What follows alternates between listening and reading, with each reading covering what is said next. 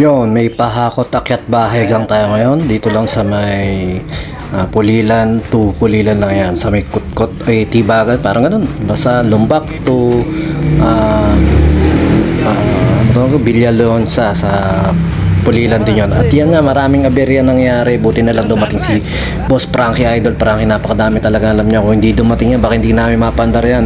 At dyan na ako maiiyak dahil ayaw umandar dahil hindi ko makuha sa kadyot. Siya lang pala makakadyot at siya lang makapagpapandar. Ayun, muli maraming salamat kay Paring Frankie. At saka syempre, ito yung pahakot pa sa kay. At maraming salamat sa mga nagiging client namin. Maraming salamat kay Ati Alma. At saka syempre, umpisa natin tong araw na ito. Mga 5:30, gising na ako. 6, dinala ko na yan doon sa may Plaridel. May matandang gumagawa dyan. Napakamahal maningil. 700 yung ano tawag doon, yung labor. Tapos ang gagawin lang niya, nilagyan lang ng ansal, yung nilinis lang yung voltage regulator. Anak ng to, waka ako matanda to. Tapos pagkatapos doon, hindi rin naman tumino.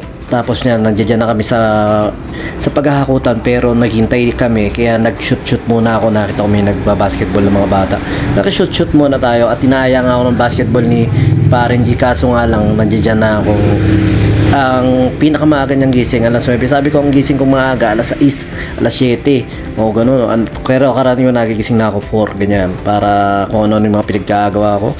At ito nga, syempre hakot lang kami, isang mabilisan. Hindi ko na na-video lahat dahil nagmamadali kami, dahil medyo makipot yung daan. Napakahirap nung may dadaan, aalisin ko na naman yung truck, ibabalik ko na naman yung truck, aalis ka na, parang gano'n. Napakahirap pag yung paglilipatan mo napakakipot. Ito syempre nasa Pulilan na tayo, isang mabilisan, at napakasarap talagang ng hangin dyan sa gawin na yan, dahil nakita nyo naman mapuno. Bakit kaya hindi na lang lahat ng karsada talagang lagyan ng mga puno para napakasarap bumiyahe. At ito na nga kami, malapit na kami sa Bilyalyon, sa isang mabilisang hakutan at babaan lang to. Medyo marami rin yung gamit, pero syempre nga tinulungan na rin natin dahil halos kamag-anak namin yan sila.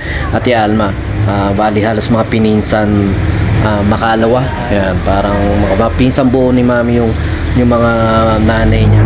At saka ito syempre babaan na nga kami, at nakita nyo naman overload na naman po tayo. Medyo talagang kinamada namin, at isang tagahakot lang yung kinuha nila Ate Alma sa atin. Pero syempre kahit pa paano tinulungan na rin natin. At kapatid ko nga pala yan, si Sherwin, yung naging tagahakot natin. At buti na lang nung pagbaba namin na ganyan, tumutulong-tulong na rin sila Ate Alma. At yung hakot kasi namin doon sa looban nila, kaming dalawa talaga halos at saka okay lang yun, dahil kahit pa paano tulong na nga rin natin yun para mapabilis. Kasi nga nakaka-pressure din yung may mga dumadaan-daan doon sa pinagparadahan natin. Tapos lahat, pag nakita nyo mga bubong-bubong na nasasagi natin doon, buti na nga lang hindi nagre-reklamo o wala na lang magawa yung mga nasasagi natin, kasi nga napakakipot nun daan. Wala naman tayong choice kundi doon lang pumarada para kahit paano nadadaanan. At saka nakita nyo naman yan, isang mabilisan lang yan, pero ang kahirapan dyan, medyo mainit-init na rin. Mga 10 AM, medyo mainit-init na yan. Ang usapan talaga namin 7 AM. Ang problema lang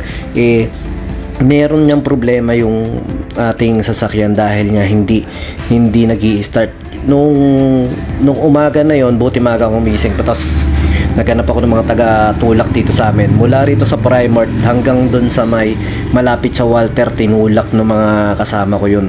Kaya kahit papaano medyo si Sherwin pagod na rin yan. At saka yung mga kasama namin medyo malayo-layo rin yun, kasi nga hindi ko makuha sa kadyot, hindi ko makuha sa papa-start, kaya ganyan na nangyari. At pagkatapos niyan, di ba, na ibaba na namin lahat ng mga dapat ibaba.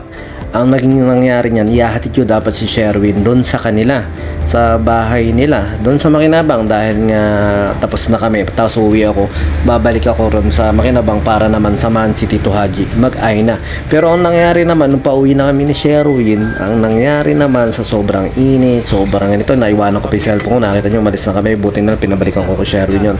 Ito naman ang nangyari, tumirik na naman, ibig sabihin hindi raw nagkakarga yung aking voltage regulator sa battery. At saka buti nga nagtawag ako ng tagatulak, si Justin, at ito si Frankie. Buti dumating si Frankie, dahil naman si Frankie naman daw nasa Plaridel.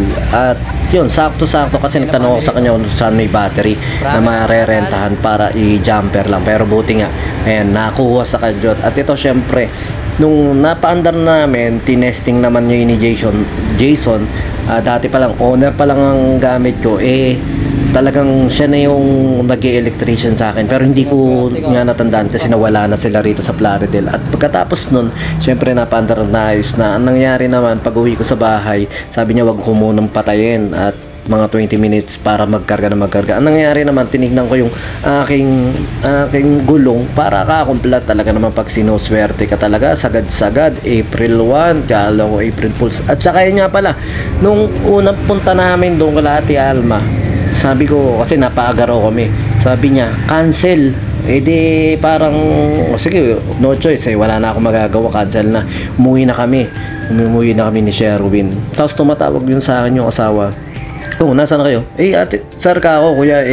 Sabi niya, Ate Alma, cancel na. Oh, hindi. Taka man, sabi ko, tatawag ako. Ayun, pinabalik kami. Buti na lang at natuloy kasi nga nagpaluwal din ako syempre ron sa kasama natin, dahil kahit na hindi natuloy yun, nagbabayad tayo ng kahit papano dun sa kasama nga natin nagbubuhat, dahil naabala rin natin. At pagkatapos niyan, ito pa isang kamalasan, yung isang tropa kong nagbo-vulcanize, wala naman. Kaya medyo napunta naman ako ron sa isa na medyo may kamahalan at medyo hindi ko trip ng konti, pero ngayon mabait naman yun. Dati kasi kakwentuhan ko yun pero basta may hindi lang ako na kaya doon ako nalipat sa kabila. Pero dyan naman kahit pa paano, option pa rin natin. At yun nga, ang gamit lang natin dyan si Tito B na yung maliit yung motor. Yan, nakita mo, pinagtatawanan nga ba't may kumot daw. Kaya kung may kumot yan, napakasagawa naman na nakikita ng mga lit-lit na motor ko. Tapos yakap-yakap ko yung gulong na yan sa daan. Kaya yan, binalot natin siya na, kaya hindi ko maibebenta yung motor-motor ko na yan, kasi nga maraming gamit yan at napakatipid niyan. Kumbaga yung 100 ko parang 6 na balikan mula Plaridel hanggang Makinabang, ganun, o hanggang Baliwag. Kaya napakatipid ng sasakyan ko na yun. At saka syempre yun, muli maraming salamat sa mga nagiging client natin. Sumanyo ang kapayapaan. Peace with you. God bless.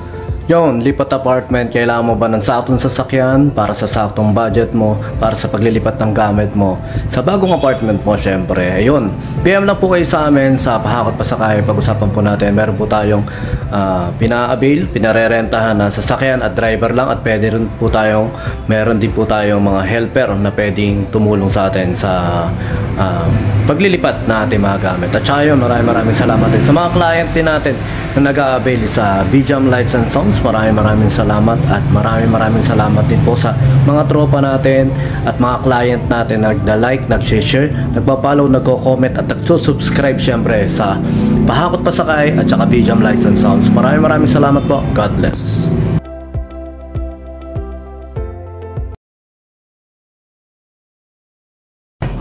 BJAM Lights and Sounds. Yon mga boss, baka may mga upcoming events kayo na parating dyan, gaya ng binyag, kasal, debut, at kahit anong okasyon na kailangan nyo ng banda, acoustic band, full band, sequencer, meron po kami at kaya po namin kayong matulungan sa mga paghahanap nyo sa mga pangailangan nyo sa inyong okasyon. At ayun, maraming salamat sa mga tropa natin syempre na nag-share, nagla-like at nagsusubscribe sa atin sa ating YouTube channel. At saka maraming salamat syempre sa mga boss natin na patuloy na nag-hire sa atin. Maraming salamat po ulit.